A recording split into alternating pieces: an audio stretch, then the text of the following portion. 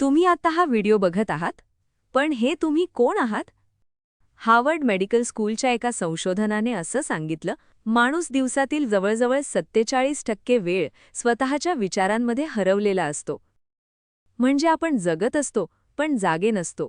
आणि 350 वर्षांपूर्वी समर्थांनी हेच सांगितलं होतं, फक्त वेगळ्या शब्दांत. आहे तरी परमसुगम, परी जनासी जाला दुर्गम. हे परमार्थ, हे सत्य इतकं सोपं आहे की माणसाला ते कळतच नाही. आजचा विषय आहे दासबोधातील परमार्थ, आणि आज आपण हे फक्त तत्वज्ञानातून नाही तर न्यूरोसायन्सच्या चाळणीतून समजून घेणार आहोत. समर्थ रामदास स्वामींनी दासबोधाच्या पहिल्या दशकात लिहिलं, आता स्तऊ हा परमार्थ, जो साधकांचा निजस्वार्थ. म्हणजे काय? परमार्थ हा शब्द 2 संस्कृत शब्दांपासून बनतो. परम अधिक अर्थ म्हणजे सर्वोच्च उद्देश्य, अल्टिमेट पर्पस. पण हे स्पिरिच्युअल गोल नाही फक्त. समर्थ म्हणतात, हा निजस्वार्थ आहे, म्हणजे तुमचाच खरा स्वार्थ. आपण आयुष्यभर पैसा, प्रेम, यश यांच्या मागे धावतो. पण समर्थांचा प्रश्न आहे, या सगळ्याच्या आत जो धावणारा आहे तो कोण? इथे न्यूरोसायन्स येतं. 2015 साली नेचर रिव्ह्यूज न्यूरोसायन्समध्ये एक संशोधन आलं. त्यात डिफॉल्ट मोड नेटवर्क म्हणजेच DMN बद्दल बोलण्यात आलं. हे DMN म्हणजे आपल्या ब्रेनचा तो भाग जो तेव्हा ॲक्टिव्ह होतो जेव्हा आपण काहीच करत नसतो, जेव्हा आपण विचारात बुडालेलो असतो. आणि या DMN मध्येच येतं सेल्फ रेफरेन्शियल थिंकिंग, म्हणजे मी कोण आहे हा विचार. समर्थांनी 350 वर्षांपूर्वी जे सांगितलं ते मॉडर्न न्यूरोसायन्सने लॅबमध्ये सिद्ध केलं. स्वतःला ओळखणं हे ब्रेनचं सर्वात मूलभूत काम आहे. दुसरी ओवी सांगते, आहे तरी परम सुगम, परी जनासी जाला दुर्गम. का जयाचे चुकले वर्म, सत्समागमाकडे. अर्थ सोपा आहे. हे ज्ञान सोपं आहे, पण लोकांना ते कठीण वाटतं. कारण एकच, सत्संगाकडे, सत्याकडे पाहण्याची सवय सुटलीये. हे बघा, तुम्ही आता श्वास घेत आहात. हे किती सोपं आहे. पण तुम्हाला सांगितलं, आता फक्त श्वासावर लक्ष केंद्रित करा, तर किती वेळात मन भटकतं? हे आहे सुगम परी दुर्गम. सत्य जवळ आहे, पण आपली दृष्टी दुसरीकडे आहे. न्यूरोसायन्समध्ये याला म्हणतात अटेन्शनल बायस. आपला ब्रेन ऑटोमॅटिकली त्या गोष्टींकडे जातो ज्या इमोशनली इंटेन्स आहेत. Drama, news, social media, conflict. Stanford युनिव्हर्सिटीच्या संशोधक अँड्र्यू ह्युबरमॅन यांनी सांगितलं, आपला प्रीफ्रंटल कॉर्टेक्स जो कॉन्शियस थिंकिंगसाठी आहे, तो अमिगडला म्हणजे फिअर सेंटरच्या आवाजाने दबला जातो. म्हणजे आपण खरं सत्य पाहण्याऐवजी फिअर आणि डिस्ट्रॅक्शनच्या आधारे जगतो. समर्थांनी हे ओळखलं होतं, म्हणून त्यांनी सांगितलं, सत्संग हा उपाय आहे. सत्संग म्हणजे फक्त मंदिरात जाणं नाही. सत्संग म्हणजे सत्याच्या जवळ राहणं. सत्य विचार, सत्य माणसं, सत्य अनुभव. तिसरी ओवी सगळ्यात पॉवरफुल आहे. नाना साधनाचे उधार, हा रोकडा ब्रह्मसाक्षात्कार. वेदशास्त्रींचे सार, ते अनुभवास ये. समर्थ म्हणतात, सगळी साधनं, पूजा, व्रत, तप हे उधार आहेत. पण ब्रह्मसाक्षात्कार म्हणजे स्वतःच्या खऱ्या स्वरूपाची जाणीव. हे रोकडं आहे, डिरेक्ट, इन्स्टंट. हे कॉन्सेप्ट आज न्यूरोप्लास्टिसिटीमध्ये दिसतं. 2011 साली हार्वर्डच्या सारा लजार यांनी एक ग्राउंड ब्रेकिंग स्टडी केली. फक्त 8 आठवड्यांच्या मेडिटेशननंतर ब्रेनच्या प्रीफ्रंटल कॉर्टेक्सचा आकार वाढला आणि ॲमिगडला, स्ट्रेस सेंटर, लहान झाला. म्हणजे काय? डिरेक्ट एक्सपिरियन्स, प्रत्यक्ष अनुभव ब्रेनला लिटरली बदलतो. हेच समर्थ म्हणतात, रोकडा ब्रह्मसाक्षात्कार. कुठल्याही थिअरीपेक्षा एक खरा अनुभव जास्त पॉवरफुल आहे. वेदशास्त्राचं सार काय? तत् त्वम असि. तू तेच आहेस. आणि हे इंटलेक्च्युअल कॉन्सेप्ट म्हणून नाही, तर अनुभवातून यायला हवं. चौथी ओवी म्हणते, आहे तरी चहूंकडे, परी अणुमात्र दृष्टी न पडे, उदास परी एकीकडे, पाहता दिसेना. ही सत्य सगळीकडे आहे, पण दिसत नाहीये. फिजिक्समध्ये एक कॉन्सेप्ट आहे डार्क मॅटर. विश्वातल्या एकूण मॅटरच्या 27% डार्क मॅटर आहे. ते रिअल आहे, पण आपण ते डिरेक्ट पाहू शकत नाही. त्याच्या इफेक्टवरून आपण त्याचं अस्तित्व ओळखतो. कॉन्शियसनेस, आपली जाणीव तशीच आहे. ती सगळीकडे आहे, पण आपण तिला बाहेर शोधत राहतो. न्यूरोसायंटिस्ट अनिल सेथ म्हणतात, your brain doesn't experience reality, it constructs it. म्हणजे तुम्ही जे बघता ते रियालिटी नाहीये, ते ब्रेनने बनवलेली एक स्टोरी आहे. आणि समर्थ म्हणतात, त्या स्टोरीच्या मागे जो ऑब्झर्व्हर आहे तोच खरा तुम्ही आहात. पण आपण त्या स्टोरीमध्येच इतके बुडतो की ऑब्झर्व्हर विसरतो. 5वी ओवी सांगते, आकाशमार्गी गुप्त पंथ, जाणती योगीये समर्थ, इतरांसी हा गुह्यार्थ सहसा न कळे. हा आकाशमार्ग म्हणजे काय? आकाश म्हणजे स्पेस, विस्तार, अवेअरनेस. समर्थ म्हणतात हा मार्ग गुप्त आहे, पण गुप्त म्हणजे हिडन नाही तर सटल आहे. क्वांटम फिजिक्समध्ये एक प्रिन्सिपल आहे, ऑब्झर्व्हर इफेक्ट. तुम्ही एखाद्या पार्टिकलकडे बघितलं तर त्याचं बिहेवियर बदलतं. ऑब्झर्वेशन करणारा स्वतःच एक्सपेरिमेंट बदलतो.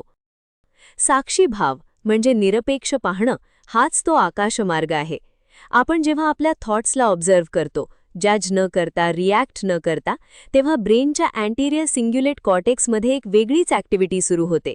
एक कामनेस येतो. हे योगी जाणतात, हेच योगीये समर्थ जाणतात, आणि हेच आपल्याला समजायला हवं. समर्थ रामदास स्वामींनी 300 वर्षांपूर्वी जे लिहिलं ते आज न्यूरोसायन्स कन्फर्म करतेय. परमार्थ म्हणजे दुसरी कुठली दुनिया नाही, परमार्थ म्हणजे स्वतःला जाणणं. आणि ते जाणणं सुरू होतं एका साध्या प्रश्नाने, हे मी कोण आहे? हा प्रश्न तुम्हाला अनकम्फर्टेबल करू द्या. कारण समर्थ म्हणतात, हे परम सुगम आहे.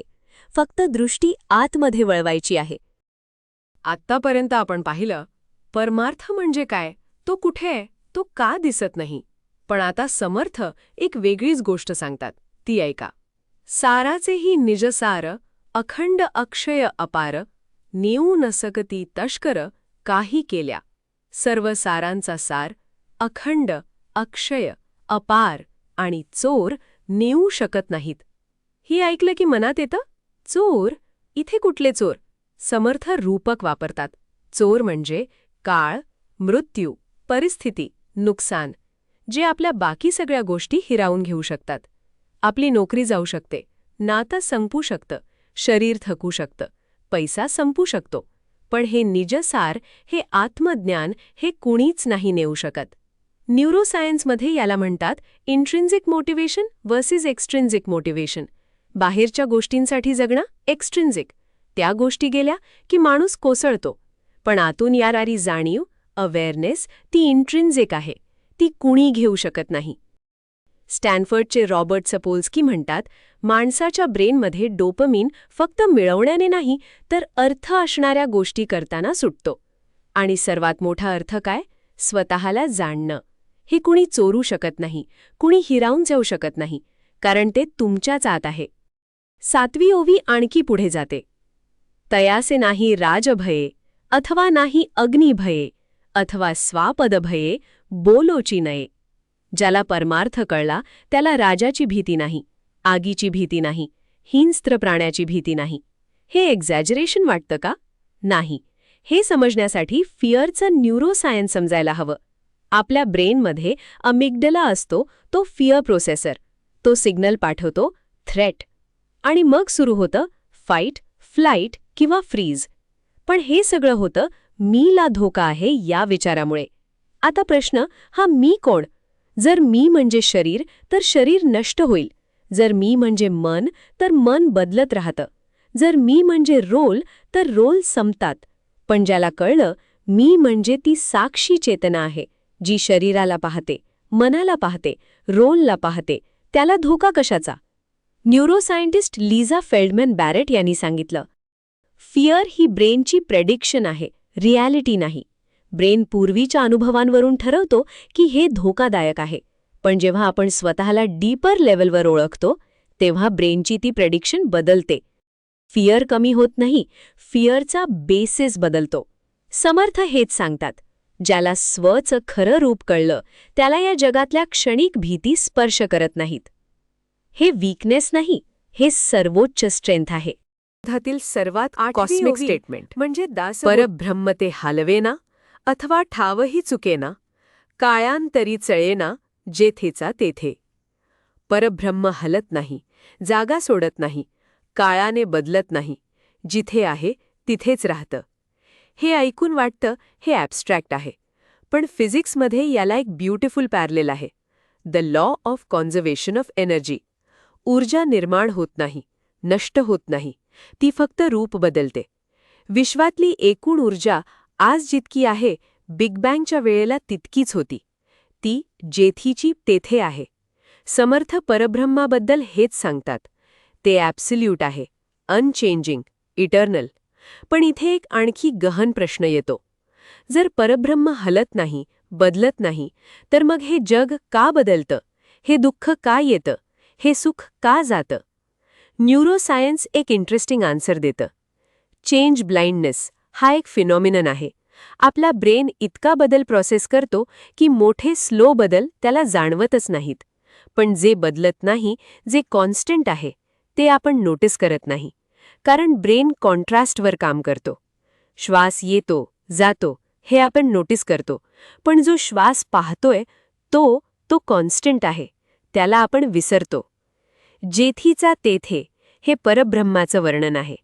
आणि ती चेतना तुमच्या आत अगदी तशीच कालही होती, आजही आहे, उद्याही असेल.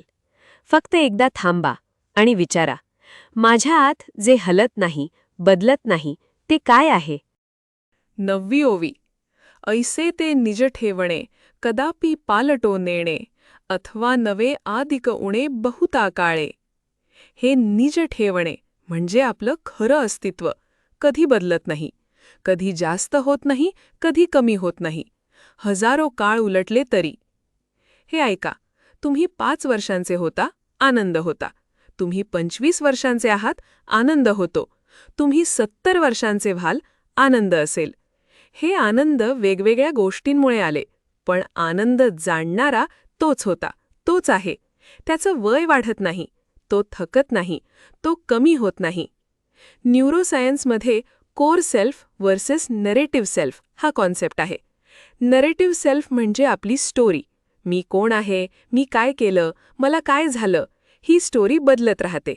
पण कोर सेल्फ म्हणजे ती बेसिक अवेअरनेस, ती स्टेबल राहते. न्यूरोसायंटिस्ट एंटोनियो डमासिओ यांनी सांगितलं, कोर सेल्फ हे ब्रेन स्टेम लेवलवर असतं. ते तुमच्या डीपेस्ट बायोलॉजिकल एक्झिस्टन्सचा भाग आहे. म्हणजे समर्थांचं निज ठेवणे हे फक्त तत्वज्ञान नाही, ते तुमच्या न्यूरोबायोलॉजीमध्ये आहे. आपण आयुष्यात किती गोष्टी गमावतो आणि प्रत्येक वेळा वाटतं, आता मी संपलो. पण तुम्ही संपत नाही, कारण जो संपतो तो तुम्ही नव्हतेच. जो खरे तुम्ही आहात ते नव्हे आदिक उणे, कधी जास्त नाही, कधी कमी नाही. ते पूर्ण आहे, आत्ता, या क्षणी. 10वी ओवी. आणि ती एका महत्वाच्या प्रश्नाचं उत्तर देते. अथवा ते घसवटेना, अथवा अदृश्य होयेना, ना तरी पाहता दिसेना, गुरु अंजनावेण. ते झिजत नाही, ते अदृश्य होत नाही, पण गुरु अंजनाशिवाय दिसत नाही. हे ऐकलं की एक प्रश्न येतो, म्हणजे गुरु नाही केला तर परमार्थ नाही? समर्थ इथे गुरु अंजन म्हणतायत, गुरुचं अंजन. अंजन म्हणजे डोळ्यात घालायचं औषध जे दृष्टी स्पष्ट करतं. गुरु म्हणजे फक्त एक व्यक्ती नाही, गुरु म्हणजे तो अनुभव, ती शिकवण, तो क्षण जो तुमची दृष्टी आतमध्ये वळवतो. न्यूरोसायन्समध्ये याला म्हणतात अटेन्शनल रिट्रेनिंग. आपला ब्रेन बाहेरच्या जगाकडे पाहण्यासाठी ट्रेंड आहे. इव्होल्यूशनने आपल्याला बाहेरचे धोके ओळखायला शिकवलं. आतमध्ये पाहणं हे नॅचरल नाही, हे प्रॅक्टिस आहे. म्हणूनच गुरु लागतो, म्हणूनच सत्संग लागतो, म्हणूनच मेडिटेशन, विचार, शास्त्र हे लागतं. ते अंजन आहे जे तुमची इनवर्ड गेज तयार करतं. MITच्या संशोधकांनी सांगितलं, एखाद्या स्किल्ड टीचरसोबत शिकलेलं ब्रेनमध्ये न्यूरल कपलिंग तयार करतं. म्हणजे टीचरच्या ब्रेनचे पॅटर्न्स स्टुडंटच्या ब्रेनमध्ये मिरर होतात. गुरु अंजन हे एक्झॅक्टली हेच आहे. गुरुची जाणीव शिष्याच्या जाणीवेला जागवते. पण लक्षात ठेवा, गुरु दृष्टी देतो, पाहणं तुम्हालाच करायचं आहे. ते जे आहे ते घसवटत नाही, अदृश्य होत नाही, ते आत्ताही आहे, फक्त दृष्टी हवी. आज आपण 10 ओव्यांमधून एक पूर्ण विश्व उभं केलं. समर्थ म्हणाले, परमार्थ सोप्पा आहे, पण दिसत नाही, तो चोरता येत नाही, तो बदलत नाही, तो संपत नाही. न्यूरोसायन्स म्हणतं, कॉन्शियसनेस हे ब्रेनचं सर्वात खोल रहस्य आहे. कोर सेल्फ स्टेबल असतो, फिअर ही प्रिडिक्शन आहे, अटेन्शन ट्रेनेबल आहे, दोन्ही एकच गोष्ट सांगतात. तुम्ही जे शोधत आहात ते तुम्हीच आहात. हे कळायला कुठल्या मोठ्या साधनेची गरज नाही, कुठल्या पर्वताची गरज नाही. फक्त एक क्षण, डोळे मिटा, श्वास घ्या आणि विचारा, हे सगळं पाहणारा कोण आहे? तो उत्तर देईल, कारण तो जेथीचा तेथे आहे. नेहमीच होता, नेहमीच असेल. आत्तापर्यंत आपण पाहिलं परमार्थ म्हणजे काय. तो अविनाशी, अक्षय, अचल आहे. आता समर्थ एक गूढ गोष्ट सांगतात. मागा योगी ये समर्थ, त्यांचाही निजस्वार्थ. यासी बोली जे परमार्थ, परमगुह्य म्हणोनी. लक्षात घ्या, हा परमार्थ फक्त सामान्य माणसासाठी नाही. योगी, समर्थ, सिद्ध त्यांचाही निजस्वार्थ हाच आहे. म्हणजे काय? सगळ्यात मोठा योगी, ज्यांनी सगळ्या सिद्धी मिळवल्या, त्यालाही शेवटी यायला लागतं इथेच, स्वतःच्या खऱ्या स्वरूपाकडे. न्यूरोसायन्समध्ये एक कॉन्सेप्ट आहे, पीक एक्सपिरियन्स, जे एब्राहम मॅस्लो यांनी मांडलेला.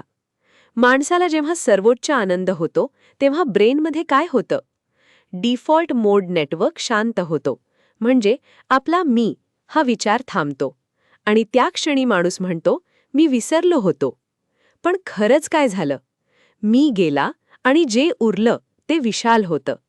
हेच परमगुह्य आहे. हे सांगायला शब्द कमी पडतात, म्हणूनच ते गुह्य आहे. पण जे योगी, जे समर्थ, त्यांनी हे अनुभवलेलं आहे आणि त्यांनाही माहीत आहे, हाच परमस्वार्थ, हाच खरा निजस्वार्थ.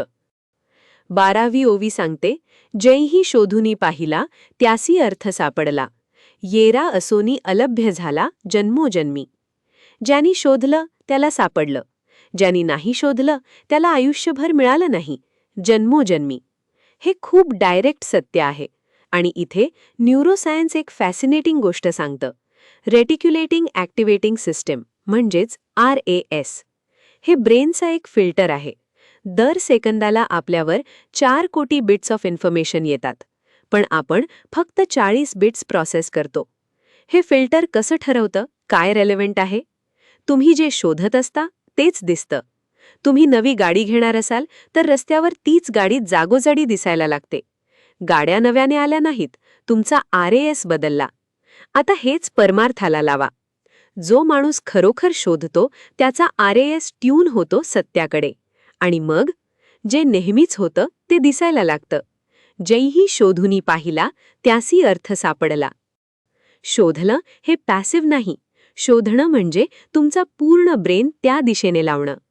आणि जे नाही शोधत ते जन्मोजन्मी भटकत राहतात. हे क्रुएल नाही, हे न्यूरोसायन्स आहे. तुम्ही जे शोधता तेच तुम्हाला मिळतं. 13वी ओवी. आणि ही ओवी म्हणजे संपूर्ण दासबोधाचा एक सार आहे. अपूर्वता या परमार्थाची, वार्ता नाही जन्ममृत्यूची, आणि पदवी सायोज्यतेची, सन्निधची लाभे. या परमार्थाची अपूर्वता काय? जन्ममृत्यूची वार्ता नाही.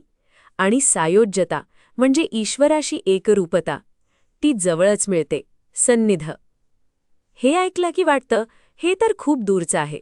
मोक्ष, जन्ममृत्यूच्या पलीकडे, हे सामान्य माणसासाठी नाही. पण समर्थ म्हणतात सन्निधची लाभे, म्हणजे जवळच आहे, लगेच मिळतं. हे विज्ञान कसं एक्सप्लेन करतं? न्यूरोसायन्समध्ये इगो डिझिल्यूशन हा अनुभव डॉक्युमेंटेड आहे. Deep meditation, certain breath work किंवा स्पॉन्टेनियस मिस्टिकल एक्सपिरियन्सेसमध्ये माणसाला जाणवतं मी ही बाउंड्री नाहीशी होते. जॉन हॉपकिन्स युनिव्हर्सिटीच्या संशोधकांनी सांगितलं, या अवस्थेत ब्रेनमध्ये डिफॉल्ट मोड नेटवर्क जवळजवळ बंद होतो आणि माणूस रिपोर्ट करतो, मला वाटलं मी अनंत आहे, जन्ममृत्यू हे माझ्यासाठी नाहीत असं वाटलं, मी सगळ्यात एकरूप झालो. हाच सायोज्यतेचा अनुभव. आणि तो सन्निधची म्हणजे जवळच आहे. ब्रेनला तो अनुभव शक्य आहे, फक्त मीची ग्रीप सोडायचीय. जन्ममृत्यू शरीराचे आहेत, ते चेतनेचे नाहीत. आणि हे कळणं हाच परमार्थाचा सर्वोच्च अनुभव आहे. 14वी ओवी. माया विवेकाने मावळे, सारासार विचाराने कळे, परब्रह्म तेही निवळे, अंतर्यामी. माया विवेकाने मावळते, सारासार विचाराने कळते आणि परब्रह्म अंतर्यामी स्पष्ट होतं. 3 स्टेप सांगतात समर्थ. पहिली, माया विवेकाने मावळते. माया म्हणजे इल्युजन, भ्रम. आपण जे रियालिटी समजतो ते खरं नाही असं नाही, पण ते कम्प्लीट पिक्चर नाही. न्यूरोसायन्समध्ये कॉग्निटिव्ह डिफ्युजन हे ACT एक टेक्निक आहे. फक्त तुमचे विचार हे तुम्ही नाहीत, तुम्ही फक्त त्यांना ऑब्झर्व्ह करत आहात. जेव्हा हे कळतं तेव्हा माया मावळायला सुरुवात होते. दुसरी, सारासार विचाराने कळते. सार म्हणजे जे खरं, असार म्हणजे जे बदलणारं. विचार करणं, अनालिसिस यातून हे वेगळं होतं. प्रीफ्रंटल कॉर्टेक्स जो रॅशनल थिंकिंगचा सेंटर आहे तो ॲक्टिवेट होतो, अमिगडला शांत होतो आणि क्लिअर थिंकिंग सुरू होतं. तिसरी, परब्रह्म अंतर्यामी निवळते. निवळणं म्हणजे क्लिअर होणं.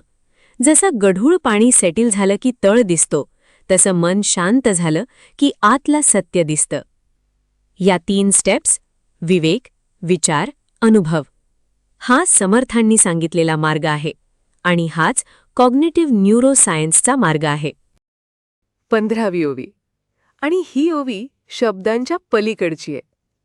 ब्रह्म भासले उदंड, ब्रह्मी बुडाले ब्रह्मांड, पंचभूतांचे थोतांड तुच्छ वाटले. ब्रह्म विशाल प्रकट झालं आणि त्या ब्रह्मात संपूर्ण ब्रह्मांड बुडून गेलं. पंचभूतांचा म्हणजे पृथ्वी, आप, तेज, वायू, आकाश हा सगळा खेळ तुच्छ वाटला. हे मिस्टिक एक्सपिरियन्स आहे का? हो, पण यालाही सायंटिफिक पॅरलल आहे. ॲस्ट्रोफिजिक्समध्ये एक कन्सेप्ट आहे, ओव्हरव्ह्यू इफेक्ट. जेव्हा अंतराळवीर पहिल्यांदा पृथ्वी बाहेरून पाहतात तेव्हा त्यांच्यात एक रॅडिकल शिफ्ट होतो. एडगर मिचेल, अपोलो 14चे ॲस्ट्रोनॉट, म्हणाले त्यांना स्पेसमध्ये असताना अचानक जाणवलं, विश्वातली प्रत्येक गोष्ट एकाच गोष्टीपासून आलेली आहे. म्हणजे पंचभूतांचे थोतांड तुच्छ वाटले हेच मिचेलला झालं. आपण जे मोठं समजतो, देश, सत्ता, संपत्ती, इगो, त्या पर्स्पेक्टिव्हमधून हे किती लहान आहे. न्यूरोसायन्स सांगतं या अनुभवात ब्रेनमध्ये एक ऑ रिस्पॉन्स ट्रिगर होतो. ऑ म्हणजे एखाद्या गोष्टीने इतकं आश्चर्यचकित होणं की तुमची सेल्फ इम्पॉर्टन्स कमी होते. आणि ऑच्या क्षणी ब्रेनमध्ये प्रो सोशल बिहेवियर वाढतं. माणूस अधिक दयाळू, अधिक उदार होतो. ब्रह्मात बुडणं हे एस्केप नाही, हे सर्वोच्च जागृती आहे. 16वी ओवी. आणि ही ओवी म्हणजे या संपूर्ण प्रवासाचं डेस्टिनेशन. प्रपंच वाटे लटिका, माया वाटे लापणिका, शुद्ध आत्मा विवेका अंतर्याला. प्रपंच म्हणजे हे जग, हा व्यवहार लटिका वाटला, खोटा नाही पण इनकम्प्लीट. माया लापणिका वाटली, एक झाकण जे सत्य झाकत होतं. आणि शुद्ध आत्मा विवेकानं अंतर्याला. हे 3 शब्द, शुद्ध, आत्मा, अंतरी. शुद्ध म्हणजे कुठल्याही लेबल, रोल, आयडेंटिटीशिवाय. आत्मा म्हणजे ती कोर अवेअरनेस. अंतरी म्हणजे बाहेरून नाही, आतून. आणि शुद्ध आत्मा कसा आला? विवेकानं. फोर्सने नाही, तपाने नाही, त्यागाने नाही, विचारानं, जागृतीनं. न्यूरोसायन्समध्ये याला म्हणतात मेटाकॉग्निशन, म्हणजे थॉट्सबद्दल थिंक करणं, स्वतःच्या माइंडला ऑब्झर्व्ह करणं. जेव्हा हे होतं तेव्हा ब्रेनच्या मीडियल प्रीफ्रंटल कॉर्टेक्समध्ये एक शिफ्ट होतो. माणूस आपल्या थॉट्सचा गुलाम राहत नाही, तो त्यांचा ऑब्झर्व्हर होतो. आणि ऑब्झर्व्हर होणं म्हणजे हेच शुद्ध आत्मा अंतरी येणं. आपण या संपूर्ण प्रवासात काय पाहिलं? ओवी 1 ते 5 परमार्थ काय आहे, तो कुठे आहे? ओवी 6 ते 10 तो अविनाशी आहे, अचल आहे, गुरु अंजनाने दिसतो. ओवी 11 ते 16 तो शोधणाऱ्याला मिळतो, माया मावळते, ब्रह्म उघडतं. आणि शेवटी शुद्ध आत्मा विवेकानं अंतरी येतो. हे जर्नी बाहेरची नाही, हे जर्नी आतली आहे. आणि ती तुम्ही कधीही कुठूनही सुरू करू शकता. शुद्ध आत्मा विवेकाने अंतरी आला. आता त्यापुढे काय होतं? समर्थ सांगतात, ब्रह्मस्थित बाणता अंतरी, संदेह देला ब्रह्मांडा बाहेरी, दृश्याची जुनी जर्जरी कुहीट झाली. ब्रह्म आतमध्ये स्थिर झालं, आणि मग संशय गेला ब्रह्मांडाबाहेर. संशय ब्रह्मांडाबाहेर गेला हे किती विशाल आहे. आपल्या सगळ्या शंका, मी कोण, माझं काय होणार, मी पुरेसा आहे का, या सगळ्या शंका एकाच मुळातून येतात, स्वतःला न ओळखणं. जेव्हा ओळख होते खऱ्या मीची, तेव्हा हे सगळे संशय आपोआप नाहीसे होतात आणि दृश्याची जुनी जर्जरी कुहीट झाली. म्हणजे जगाकडे बघण्याचा जुना, थकलेला, भ्रमित दृष्टिकोन कुजून पडतो, गळून जातो. न्यूरोसायन्समध्ये याला म्हणतात परसेप्च्युअल शिफ्ट. जेव्हा ब्रेनमध्ये डीप इन्साईट होते तेव्हा लिटरली न्यूरल पाथवेज बदलतात. जुने थॉट पॅटर्न्स छाटले जातात आणि नवे स्पष्ट कनेक्शन्स तयार होतात. स्टॅनफर्डचे कार्ल डेसेरोथ यांनी सांगितलं, इन्साईटच्या क्षणी ब्रेनमध्ये गॅमा वेव्ह बर्स्ट होतो. हा बर्स्ट जुन्या पॅटर्न्सला तोडतो आणि नवी क्लॅरिटी आणतो. संशय ब्रह्मांडाबाहेर जाणं हे मेटाफर नाही, हे ब्रेनच्या रिवायरिंगचं एक्झॅक्ट डिस्क्रिप्शन आहे. जुनी जर्जरी कुहीट झाली आणि जे उरलं ते स्वच्छ, नवं, शुद्ध आहे. 18वी ओवी. आणि ही ओवी म्हणजे समर्थांचं स्वतःचं मनोगत. एसा हा परमार्थ, जो करी त्याचा निजस्वार्थ, आता या समर्थास समर्थ किती म्हणोनी म्हणावे. समर्थ स्वतःच म्हणतात, हा परमार्थ ज्याने केला त्याचाच खरा स्वार्थ साधला. आणि या समर्थास समर्थ किती म्हणोनी म्हणावे. हे ह्युमिलिटी आहे की अभिमान? दोन्ही नाही, हे विस्मय आहे. समर्थ रामदास स्वामी एक सामान्य कुटुंबातून आलेले. त्यांनी स्वतः शोध घेतला, स्वतः अनुभवलं आणि जे मिळालं ते दासबोधात लिहून ठेवलं. आणि त्या परमार्थाचे गुणगान करताना त्यांना स्वतःलाच विस्मय वाटतो. किती म्हणून सांगू?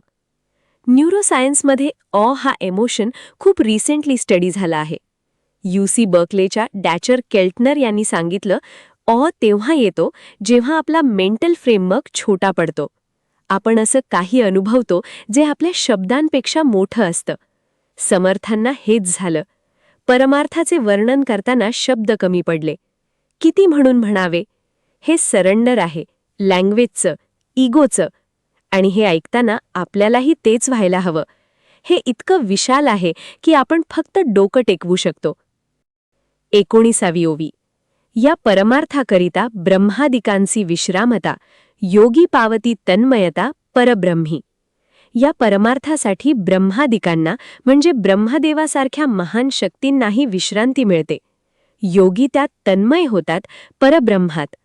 हे ऐकलं की एक प्रश्न येतो, ब्रह्मदेवाला कसली विश्रांती? इथे ब्रह्मादिक म्हणजे सिम्बॉलिक आहे.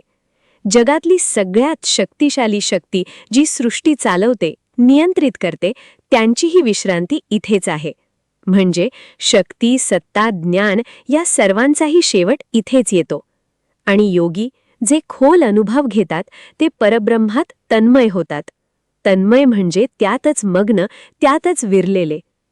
न्यूरोसायन्समध्ये याला फ्लो स्टेट म्हणतात. सायकॉलॉजिस्ट मिहाय सिखिन्झ-मिहाई यांनी हा कॉन्सेप्ट मांडला. फ्लो म्हणजे जेव्हा तुम्ही एखाद्या गोष्टीत इतके मग्न होता की मी हा विचार राहत नाही. वेळ थांबतो, सेल्फ विसरतो. हे ॲथलीट्सला होतं, म्युझिशियन्सला होतं, कलाकारांना होतं. आणि योग्यांना तेच होतं, पण सतत, सखोल आणि अखंड.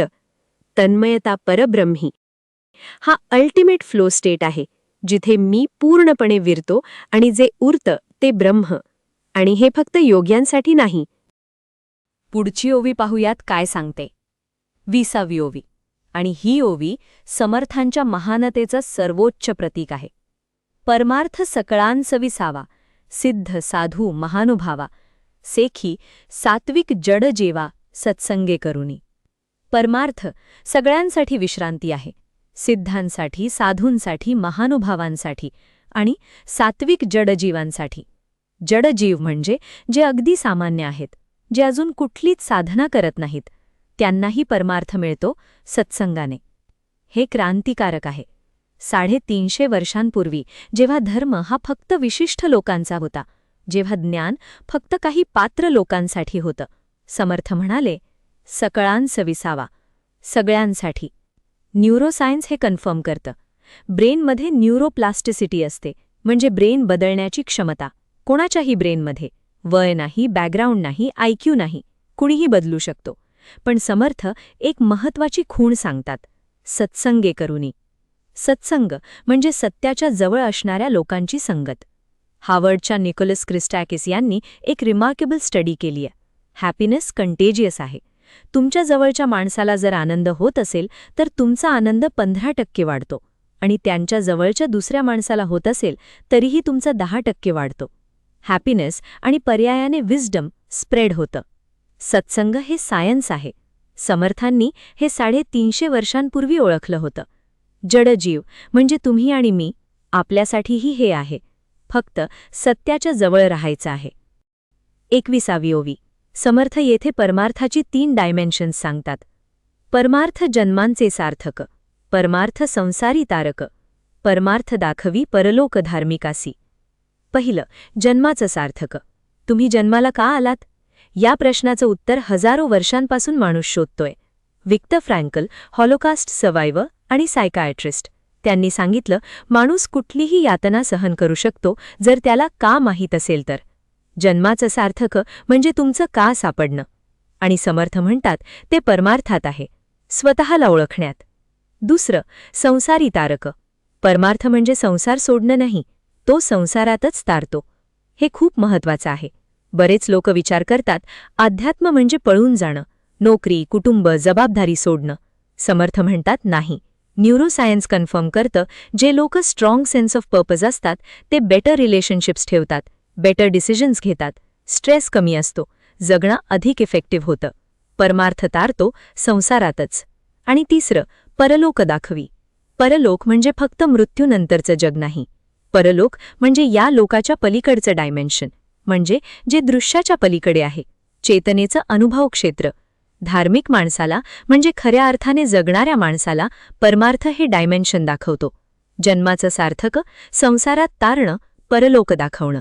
एकाच गोष्टीची 3 रूपं. 22वी ओवी इथे समर्थ काय सांगतात? परमार्थ तापसांसी धार, परमार्थ साधकांसी आधार, परमार्थ दाखवी पार भवसागराचा. तापसांसाठी म्हणजे ज्यांनी खूप तप केलं त्यांना थार, आश्रय. साधकांसाठी जे मार्गावर आहेत त्यांना आधार. आणि सगळ्यांनाच भवसागराचा पार दाखवतो. भवसागर हे जग म्हणजे एक महासागर आहे. लाटा येतात, सुख, दुःख, यश, अपयश. माणूस बुडतो, वर येतो, पुन्हा बुडतो. हे चक्र संपत नाही. पण परमार्थ पार दाखवतो. पार म्हणजे त्या लाटा नाहीशा होणं नाही. पार म्हणजे तुम्ही त्या लाटांपेक्षा वेगळे आहात हे जाणणं. न्यूरोसायन्समध्ये याला म्हणतात इक्वनिमिटी, म्हणजे सिच्युएशन्स बदलतात पण तुमची इनर स्टेबिलिटी राहते. स्टॅनफर्डच्या क्लिफर्ड सॅरॉन यांनी एक स्टडी केली. 3 महिन्यांच्या मेडिटेशन रिट्रीट नंतर पार्टिसिपंट्सच्या इमोशनल रिॲक्टिव्हिटीमध्ये सिग्निफिकंट चेंज आला. ते सिच्युएशन्सला रिॲक्ट करत नव्हते, रिस्पॉन्ड करत होते. रिॲक्ट करणं म्हणजे लाटांसोबत वाहणं, रिस्पॉन्ड करणं म्हणजे पार जाणं. समर्थ म्हणतात हाच भवसागराचा पार आहे. तापसांसाठी आश्रय, साधकांसाठी आधार आणि प्रत्येकासाठी पार. हे परमार्थाचं वचन आहे. 22व्यांचा हा प्रवास एका प्रश्नाने सुरू झाला होता की हे मी कोण आहे. आणि 22व्या ओवीपर्यंत समर्थांनी एका पायरीने आपल्याला उत्तराच्या दिशेने नेलं. परमार्थ सोपा आहे, अविनाशी आहे, सगळ्यांसाठी आहे. तो शोधणाऱ्याला मिळतो, विवेकाने येतो, संशय नाहीसे करतो, भवसागर तारतो. आणि न्यूरोसायन्स सांगतं हे सगळं तुमच्या ब्रेनमध्ये शक्य आहे. न्यूरोप्लास्टिसिटी आहे, मेटाकॉग्निशन आहे, इक्वनिमिटी शक्य आहे. समर्थांनी एका वाक्यात सगळं सांगितलं होतं. जो करी त्याचा निजस्वार्थ. करायला सुरुवात करा, आत्ता, या क्षणी. आतापर्यंत समर्थांनी परमार्थाचे गुण, फायदे, व्यापकता सांगितली. आता समर्थ एक जबरदस्त कॉन्ट्रास्ट सांगतात, परमार्थी माणूस आणि परमार्थहीन माणूस यांच्यातला. 23वी ओवी. आणि ही ओवी समर्थांची सगळ्यात बोल्ड स्टेटमेंट आहे. परमार्थी तो राज्यधारी, परमार्थ नाही तो भिकारी.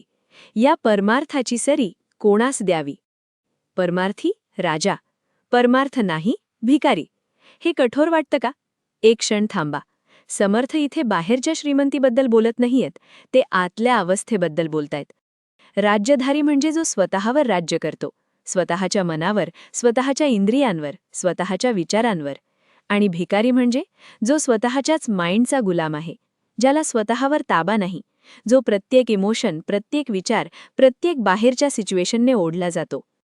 न्यूरोसायन्समध्ये याला म्हणतात सेल्फ रेग्युलेशन. रॉय बोमाइस्टर यांनी एक लँडमार्क स्टडी केली. ज्या माणसांमध्ये सेल्फ रेग्युलेशन जास्त असते ते फायनान्शियली मोर स्टेबल असतात, रिलेशनशिप्स बेटर असतात, हेल्थ चांगली असते, आयुष्यात ओव्हरऑल जास्त सक्सेसफुल असतात. सेल्फ रेग्युलेशन म्हणजे काय? स्वतःच्या इम्पल्सला पॉज करण्याची क्षमता. आणि हे पॉज येतं कुठून? स्वतःला ओळखण्यातून, परमार्थातून. जो स्वतःला ओळखतो तो इम्पल्सचा राजा होतो, जो नाही ओळखत तो इम्पल्सचा भिकारी राहतो. आणि शेवटी समर्थ विचारतात, या परमार्थाची सरी कोणास द्यावी? म्हणजे परमार्थाची तुलना कुणाशी करायची? कुठली गोष्ट त्याच्या बरोबरीची आहे? उत्तर काहीच नाही. 24वी ओवी. अनंत जन्मींचे पुण्य जोडे तरीच परमार्थ घडे. मुख्य परमात्मा आतुडे अनुभवासी. अनंत जन्मांचं पुण्य जमा झालं तेव्हाच परमार्थ घडतो आणि मुख्य परमात्मा अनुभवाला येतो. हे ऐकलं की मन थोडं जड होतं. अनंत जन्म म्हणजे मला हे या जन्मी मिळणारच नाही का? पण नीट विचार करा. अनंत जन्मींचे पुण्य हे मेटाफर आहे, म्हणजे एक प्रचंड संचय विचारांचा, अनुभवांचा, संस्कारांचा.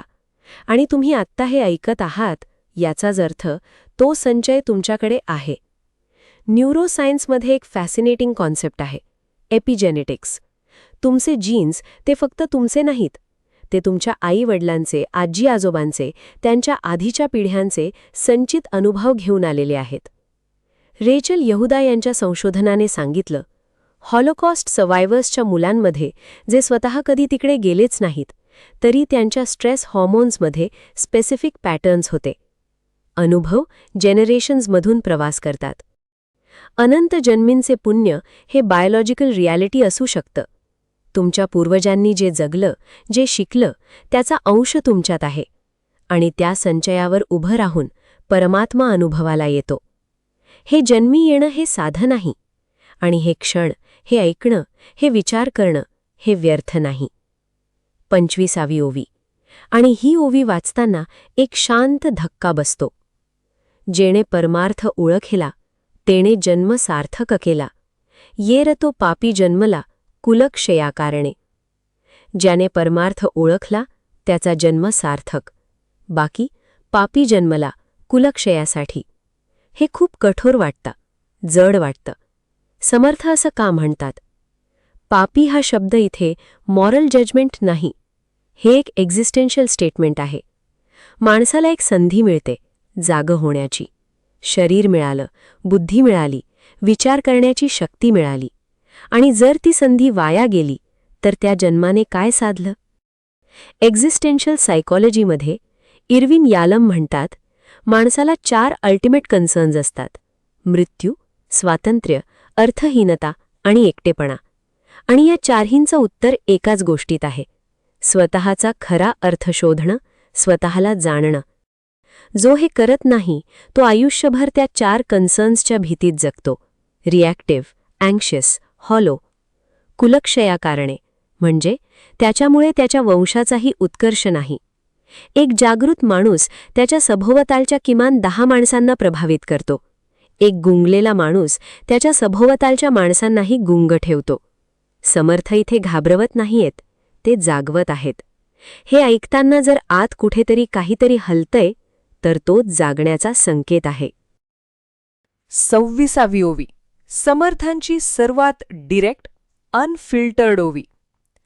असो भगवत प्राप्तिवेण करी संसाराचा क्षीण, त्या मूर्खाचे मुखावलोकन करूच नये. भगवत प्राप्ती नाही म्हणजे स्वतःची ओळख नाही, आणि तरीही संसाराचा क्षीण करतो म्हणजे नुसताच थकतो, झिजतो, तक्रार करतो. त्या मूर्खाचं तोंड पाहू नये. हे वाचताना पहिली रिॲक्शन हे खूप हार्श आहे, पण एक क्षण थांबा. समर्थ हे वैयक्तिक टीका करत नाहीयेत, ते एका विशिष्ट पॅटर्नबद्दल बोलतायत. क्षीण म्हणजे निरर्थक थकणं, जेव्हा माणूस स्वतःला न ओळखता जगतो तो फक्त रिॲक्ट करत राहतो, कंप्लेन करतो, ब्लेम करतो, थकतो. तरीही बदलत नाही. सायकोलॉजिस्ट्स याला म्हणतात लर्न्ड हेल्पलेसनेस. मार्टिन सेलिग्मन यांनी हा कॉन्सेप्ट मांडला. माणूस जेव्हा वारंवार नेगेटिव्ह सिच्युएशन्समध्ये सापडतो तेव्हा तो म्हणतो माझ्या हाताने काहीच होत नाही, आणि मग तो प्रयत्नच सोडतो. संसाराचा शीण हे लर्न्ड हेल्पलेसनेस आहे. परिस्थितीला दोष देणं, आयुष्यावर, नशिबावर, इतरांवर ब्लेम टाकणं आणि आत काहीही न बदलणं. समर्थ म्हणतात अशा माणसापासून दूर राहा. का? कारण लर्न्ड हेल्पलेसनेस कंटेजस असतो. जे लोक सतत नेगेटिव्हली थिंक करतात त्यांच्यासोबत राहिल्याने आपलाही ब्रेन तसा होऊ लागतो. मिरर न्यूरॉन्समुळे आपण दुसऱ्याचे थॉट पॅटर्न्स लिटरली कॉपी करतो. मुखावलोकन करूच नये हे क्रुएल नाही, हे सेल्फ प्रेझर्वेशन आहे. तुम्ही कुणाच्या सोबत वेळ घालवता ते तुम्ही कोण बनता हे ठरवतं. 27वी ओवी, आणि ही ओवी म्हणजे एक आमंत्रण आहे. भल्याने परमार्थी भरावे, शरीर सार्थक करावे, पूर्वजांचं उद्धरावे, हरिभक्ती करुनी. भल्याने म्हणजे एका चांगल्या, सद्विचारी माणसाने परमार्थाने भरून घ्यावं, शरीर सार्थक करावं आणि पूर्वजांना उद्धरावं हरिभक्तीने. हे 3 लेयर्स आहेत. पहिलं, स्वतःला भरणं. परमार्थी भरावे म्हणजे आतून रिकामं राहू नये. बाहेरच्या गोष्टींनी, पैसा, स्टेटस, एंटरटेनमेंट हे सगळं येतं आणि जातं, पण आतून भरलेलं असणं ते परमनंट आहे. न्यूरोसायन्समध्ये याला म्हणतात युडेमॉनिक वेलबिंग. ॲरिस्टॉटलने मांडलेला आणि मॉडर्न सायटॉलॉजीने कन्फर्म केलेला कॉन्सेप्ट. हिडॉनिक हॅपीनेस म्हणजे प्लेजरमधून येणारा आनंद क्षणिक असतो, पण युडेमॉनिक वेलबिंग म्हणजे मीनिंग आणि पर्पजमधून येणारा आनंद टिकतो. कॅरल रिफ यांनी सांगितलं युडेमॉनिक वेलबिंग असणाऱ्या लोकांमध्ये कमी inflammation, better immune system, longer life. परमार्थी भरावे हे बॉडीसाठीही चांगलं आहे. दुसरं, शरीर सार्थक करणं. हे शरीर हे एक साधन आहे ज्याने परमार्थ अनुभवायचा आहे. शरीर नीट ठेवणं म्हणजे साधन नीट ठेवणं. आणि तिसरं, पूर्वजांना उद्धरणं. हे सगळ्यात ब्युटिफुल आहे. जेव्हा तुम्ही जागृत होता तेव्हा ती जागृती फक्त तुमची राहत नाही, ती तुमच्या कुटुंबात पसरते, तुमच्या मुलांमध्ये, नातवंडांमध्ये. एपिजेनेटिक्स पुन्हा सांगतं तुमचे अनुभव, तुमची जागृती जेनरेशन्समधून प्रवास करते. एक जागृत माणूस त्याच्या पुढच्या पिढ्यांना एक वेगळं जेनेटिक लेगसी देतो. पूर्वजांचं उद्धरावे म्हणजे तुमच्या जागृतीने तुमच्या आधीच्या पिढ्यांचा प्रवास सार्थकी लागतो. भल्याने म्हणजे तुम्ही परमार्थी भरावे हे आमंत्रण आहे, समर्थांचा, दासबोधाचं, स्वतःसाठी, कुटुंबासाठी, पुढच्या पिढ्यांसाठी. समर्थांनी सांगितलं परमार्थी राजा, परमार्थहीन भिकारी. हा जन्म सार्थक कर, स्वतःला भर, पूर्वजांना उद्धार, पुढच्या पिढ्यांना दे. परमार्थ हा फक्त तुमचा नाही, तो तुमच्याद्वारे जगाचा होतो. आज आपण एक मोठा प्रवास केला. 27 ओव्या, एक एक शब्द समर्थ रामदास स्वामींनी 350 वर्षांपूर्वी लिहिलेला, आणि तरीही आज या क्षणी तो इतका जिवंत वाटतो. परमार्थ म्हणजे दुसऱ्या जगाची गोष्ट नाही. परमार्थ म्हणजे हे शरीर, हा श्वास, ही जाणीव, हा क्षण. तुम्ही जे आहात त्याच्यापेक्षा तुम्ही खूप मोठे आहात. तुमचं नाव, तुमची नोकरी, तुमचं अकाउंट बॅलन्स हे सगळं खरं आहे, पण पूर्ण सत्य नाही. पूर्ण सत्य हे आहे तुमच्या आत जे पाहतं, जे जाणतं, जे अनुभवतं ते कधी जन्मलं नाही, ते कधी मरणार नाही. समर्थांनी हे लिहिलं आपल्यासाठी, न्यूरोसायन्सनी हे सिद्ध केलं आपल्यासाठी, आणि तुम्ही हे ऐकलं हे सुद्धा काही कारणाने झालं आहे. हा योगायोग नाही, पण एक प्रश्न अजून अनुत्तरित आहे. परमार्थ मिळवायचा आहे कुठून, कुठल्या साधनाने, कुठल्या मार्गाने? समर्थांनी उत्तर दिलंय, शरीर सार्थक करावे. आणि इथेच येतो आपला पुढचा विषय, नरदेह म्हणजे मनुष्याचं शरीर. हे शरीर फक्त मांस, हाडं, रक्त नाही. हे शरीर एक अद्भुत यंत्र आहे, एक टेम्पल आहे, एक पोर्टल आहे परमार्थाचं. दासबोधात समर्थांनी नरदेहाचं स्तवन केलं आहे, म्हणजे मनुष्य शरीराचं गुणगान. का? कारण या शरीरात जे घडतं ते विश्वात कुठेही घडत नाही. आणि आपण हे 2 दृष्टिकोनातून समजून घेणार आहोत. पहिला, शास्त्रीय. हे शरीर किती असाधारण आहे हे सायन्सच्या नजरेतून. दुसरा, आध्यात्मिक. समर्थांच्या ओव्यांमधून हे शरीर म्हणजे परमार्थाचं सर्वोत्तम साधन का आहे हे समजून घेणार आहोत. तुम्हाला माहीत आहे का, तुमच्या एका पेशीमध्ये, एका सेलमध्ये जर DNA उलगडला तर तो 6 फूट लांब असतो.